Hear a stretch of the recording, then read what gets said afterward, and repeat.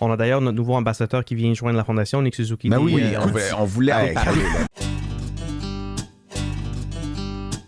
Comment c'est arrivé que vous avez eu Nick Suzuki comme ambassadeur? Alors, c'est par intermédiaire qu'une personne on connaissait en commun que j'ai fait la première approche. C'est un travail au fil des les 2 dernières années. Alors, c'est pas arrivé, comme Eric dit, au fil d'une semaine. Donc, à ses tout débuts avec le Canadien, en fait. Parce que non, c'était même avant, non?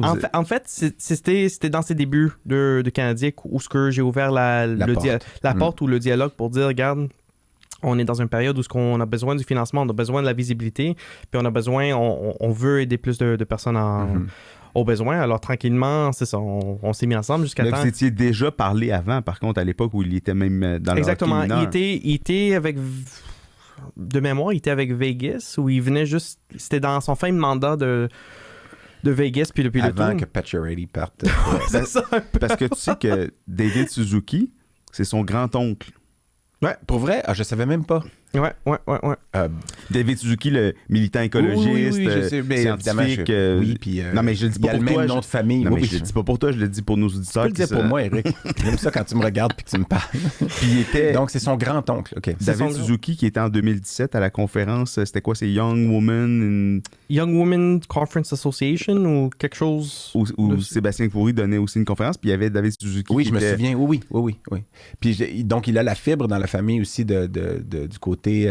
parce que, évidemment, David Suzuki, c'est l'environnement, mais lui, vous l'avez approché en parlant des besoins, puis j'imagine que ça a eu un boost sur vos... À 100%, puis c'est ça, avant qu'on a lancé le projet, il a visité le CVL, je voulais qu'il vienne au CVL pour voir c'est quoi le ADN du CVL, comme moi, c'est ça les bas d'ADN. L'ADN. Je voulais voir... Il faut que tu racontes. Attends, oui, j'ai l'anecdote, l'anecdote de Guelph, là. C'est quoi? Ça s'en vient. Mais je voulais qu'il vraiment il découvre, comme moi je l'ai vécu au début, dans mes débuts de CVL, c'est quoi cette équipe avec beaucoup d'amour puis beaucoup de compétences derrière les portes.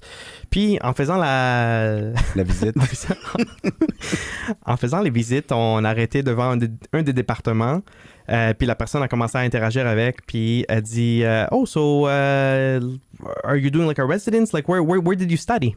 Il dit Guelph. Il a dit Guelph. Fait que là, elle pense médecin vétérinaire. Et cette personne-là qui est dans une spécialité qui était familière avait fait sa résidence à Guelph. OK, oui, ben on va la saluer.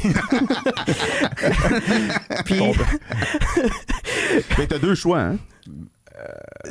Bon, je vais continuer l'histoire, okay, puis on verra après. Mais c'est ça, elle commence à lui poser la question, t'as étudié où? Il dit Guelph. Elle dit, ben moi aussi j'ai étudié à Guelph. Il dit ouais, ben il est très humble, puis très...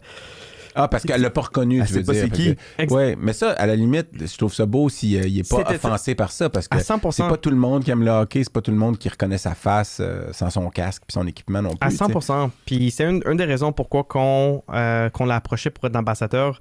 Pour moi, le chose le plus marquant, c'est quand on fait ces tournages-là avec lui ou quand on est avec lui, la première personne ou les premières personnes qui va saluer, c'est le concierge, la personne qui est dans le support. Alors, il va aller les saluer parce que c'est les gens dans l'ombre qui travaillent. La question, puis j'adore entendre ce genre d'histoire-là,